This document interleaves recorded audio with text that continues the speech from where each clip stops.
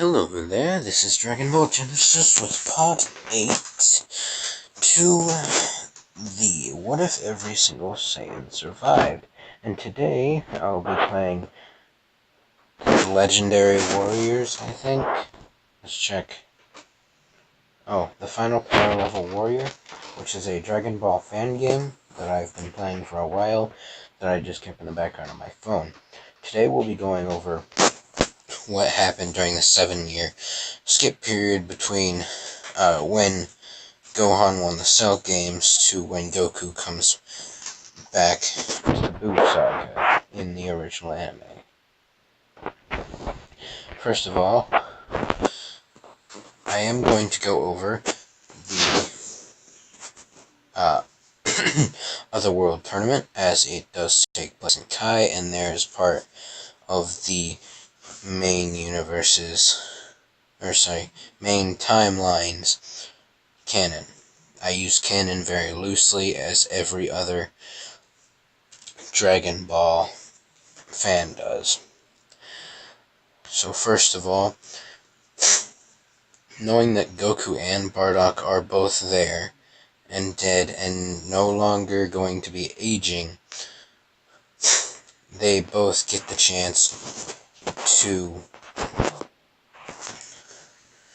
participate in the tournament, and this makes the tournament rather than a 1v1 between the four, it's a 2v2.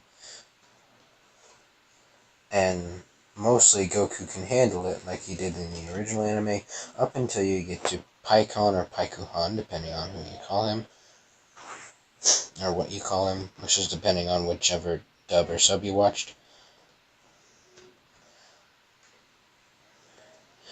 Now, when it gets to this, the person on Pikkon's team or Paikuhan's team doesn't really matter, because he was said to be the strongest person under the jurisdiction of the person he was in, so I wouldn't put him past him that he is very high level above most of the mortals in that galaxy, at least. Or at the least. So when it gets to the point where they're fighting them, Bardock takes the other guy out easily, and then, oh yeah, sorry for the ads, there's a lot in this.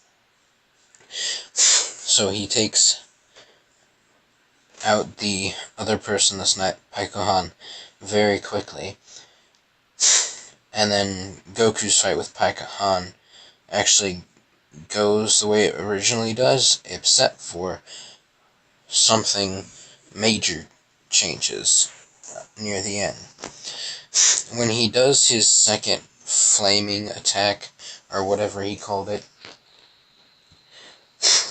he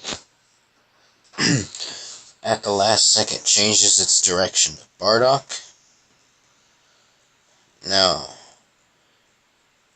if you remember, if you've watched this in the original DBZ or in Kai, around this point is, a little bit after that point is when Goku goes Super Kaioken. Well, in this case, Bardock is furious at Paikuhan's trick, and actually pauses the fight to speak with Goku, and Paikuhan doesn't care, as he is lucky that he gets a break between the Saiyans and is able to think about how to beat Goku next. And then this is where the big change comes in. Bardock actually asks Goku how to use the Kaioken technique. He thinks that he can fuse it in with Super Saiyan and get around the same power that Super Saiyan 2 had,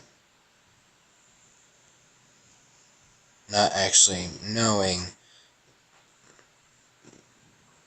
if it would indeed or not And after Goku telling him the basics of how to pull it out of him, but definitely not knowing how to master it yet, he's met with an imperfect Kaioken,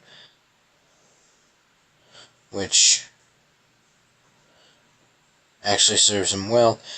His fight goes about the same as Goku's in the original anime when he was going Super Kaioken with the feet touching the thing and all that, or feet touching the ceiling and being able to pretty much beat Paikahan anyway. And that's when the Grand Kai states that he witnessed them both get out, and that Goku should be the one under his training. So Goku goes under the Grand Kai's training for the next 7 years, while Bardock goes under King Kai's to try to perfect the Kaioken technique, or even advance his Super Saiyan technique in order to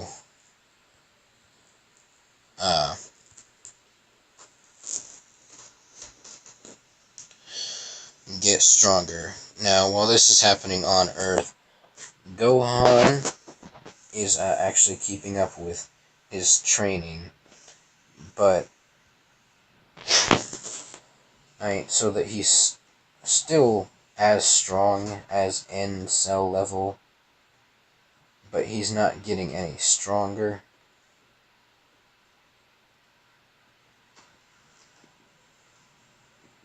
And while that's going on, Goten is actually more physically active and therefore stronger. Gine had Jinja, and Gine stays at the top of the lookout because she doesn't want to face Chi-Chi with the or really anyone, with the death of her son and the death of her lover, which is another word I use loosely because Saiyans don't really have husbands and wives. They have mates because they're more primal beings, I guess you could say.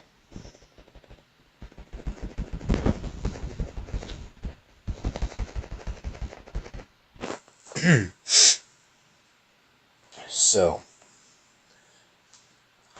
Jinja, unlike Gine, is fine with stepping out into the world and actually loves to visit Goten, Gohan, and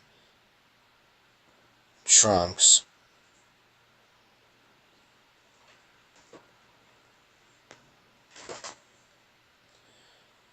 But she's definitely not as strong as them.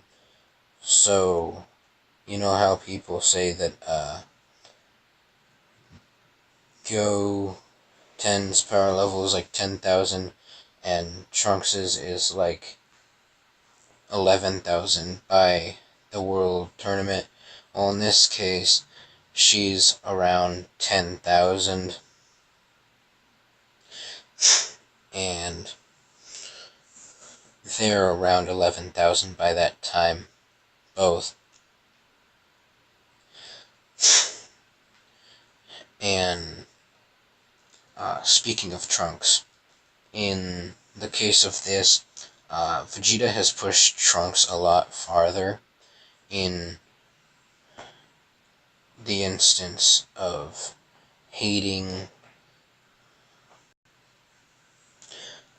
the Son family, to the point where he doesn't think he could ever get along with Goten. And in in that case, it's like really bad. But by the time that they get Super Saiyan, they're ready, or both of them invite Jinja to come look at them because they want to show her something new. And so, another thing, Goten actually likes to visit the Saiyans, the ones that Bulma gave jobs to, and are right now, I guess you could say that they are, I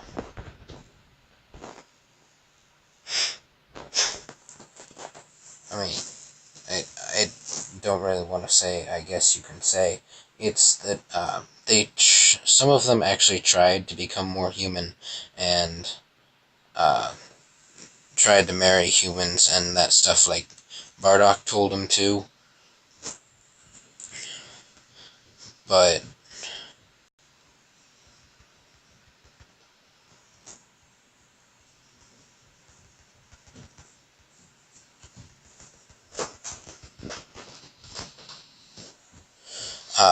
most of them still kept their wanting to be with Saiyans and all that. So we do have some more half-breeds than originally would be thought, but we also have some extra pure-blooded Saiyans. And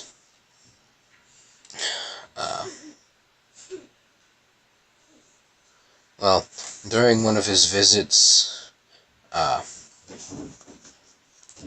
to them, he wants to, Jinja shows up, and he wants, or because Trunks wanted to show her Super Saiyan, and Goten was fixing on trying to find a way to get to her so that he could show her. So Jinja tells him about how Trunks invited him to show her something, and that sparks the thought in Goten's head that he might have already surpassed him, or surpassed his transformation, or found something different. And so yeah, he immediately wants to show off once she gets to Trunks, and when he says that Goten might be jealous and that he should leave and that stuff, Goten immediately goes Super Saiyan and pretty much says, "You'll want to say that again." And so Trunks goes Super Saiyan and they duke it out for the first time.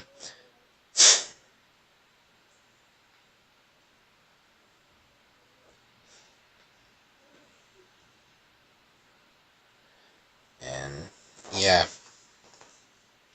that ends up with both of them knocking each other out, and then Gine helping them both up.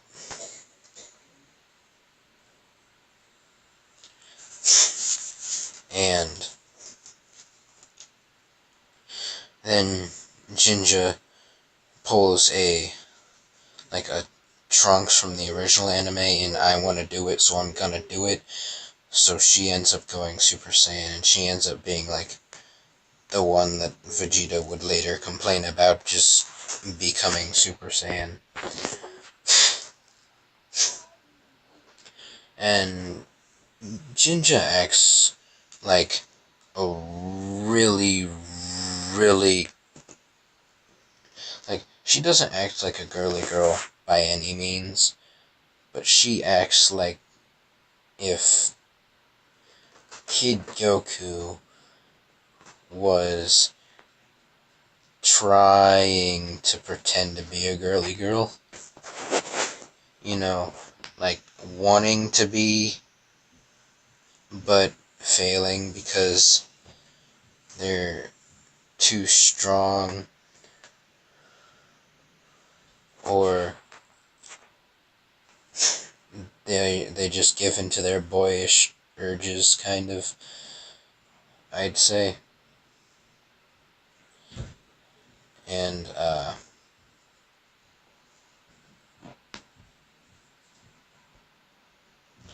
so in other news, Tien, like in Super, makes or creates a dojo because he knows that he's not going to last forever after the Cell Saga, and that he should train some of the Saiyans, and allows Earthlings to come in. And this is where Videl first comes into the story. She doesn't know who killed Cell, but she wants revenge on whoever he is, or was, and because she believes her father in this case as being, in the anime, the one person who doubted her father. In this case, she's the one person who believes her father, that he should have been all that and more. So she trains under Tien and learns ki and all that stuff. And then later, when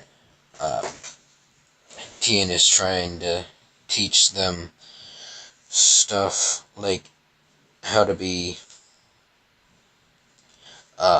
responsible with your power and not to show off, she starts losing interest and only wants to become stronger, so Tien kicks her out of the school. But she understands why, so she's not, like, mad at Tien. And so she goes on to become the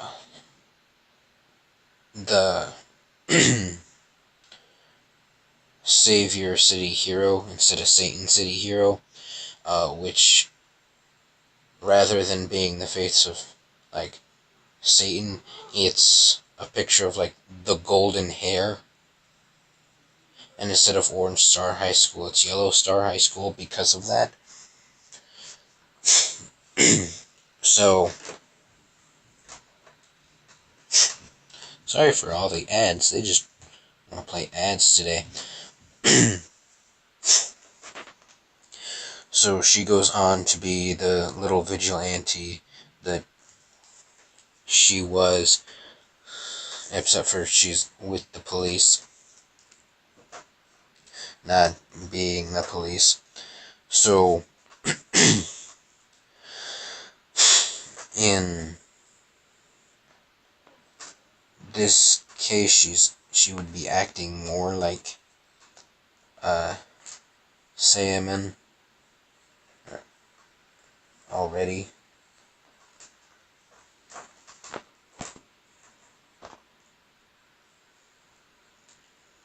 So, oh dang, it is touchy. And so she signs up to the high school and all that.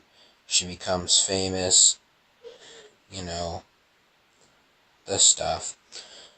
And then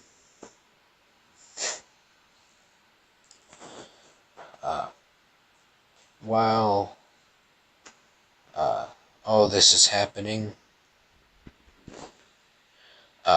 Gine,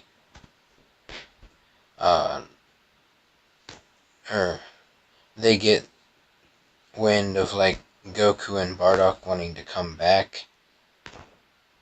So when Gine hears about this from Dende, she pretty much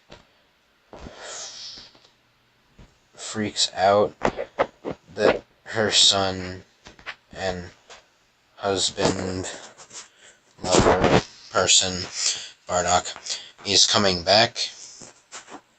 And so she trains with Popo with the little doll thing that Goku had to train with as a kid, because she didn't want to train in the Room of Spirit and Time, or the Hyperbolic Time Chamber, some call it, because she didn't want to be away from him any longer than she had to be.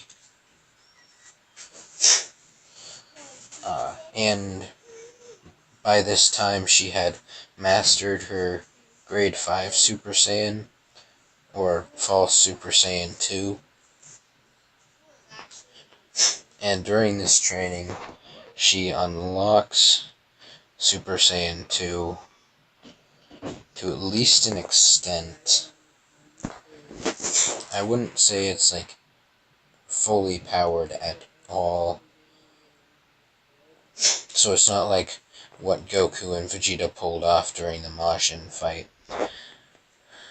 But at least it's a Super Saiyan 2 transformation. So I've gone through what happened during the 7-year gap, to all the characters that are at least mildly important. Oh no, wait, I forgot one. Piccolo. Jinja and Piccolo are having like a Gohan and Piccolo kind of moment-esque thing, except for rather than just having a like mentor situation, he's more of a father figure to her than Gohan was, because at least Gohan met his father.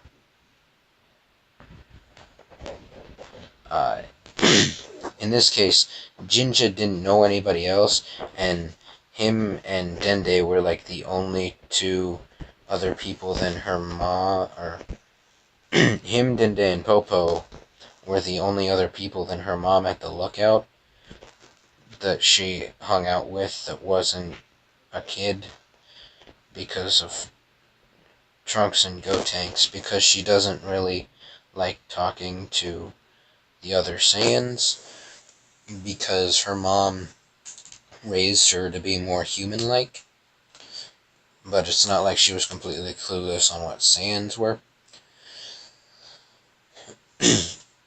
And he taught her how to fight and all that, but he didn't teach her any skills. He would rather her make her own skills. So she knows how to fly and she knows how to fight in hand-to-hand combat, but it's not like he taught her the special beam cannon. And that is where I'm going to leave it off for today. This has been part 8. Technically it would be a half part, just like the little special I had with Dragon Ball Legends when I did the history of Trunks thing over there. But in this case, I am going to treat it as a specific number and not as a special.